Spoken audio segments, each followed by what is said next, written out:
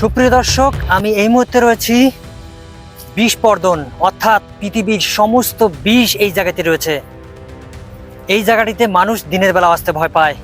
দেখতে পাচ্ছেন একটি গাছ, এই গাছের গোড়ায় একটি গর্তের মতো রয়েছে এবং সেই স্থানে রয়েছে পৃথিবীর সমস্ত বিষ। সব সাপেদের বসবাস, পৃথিবীর সমস্ত সাপ রয়েছে এবং বিষ রয়েছে। এজন্য এখানেই রয়েছে নাকি জানা যায় গুপ্তধন রয়েছে। এই গুপ্তধন যারাই লুণ্ঠন করতে এসেছে তারাই মারা পড়েছে, এমনই জনশ্রুতি রয়েছে। এবং এখানে আমি দেখতে পাচ্ছি অনেকে পূজা অর্চনা করেছে, মানত করেছে এবং ওখানে অনেকগুলো কুলা রয়েছে আর এখানে দুধ রয়েছে, আপনারা দেখতে পাচ্ছেন। এখানে করার চেষ্টা করছি এবং দেখানোর চেষ্টা করছি কি অবস্থা। আসলে কি সত্যি এখানে বিষ রয়েছে, পৃথিবীর সমস্ত সাপ এবং সাপের বিষ।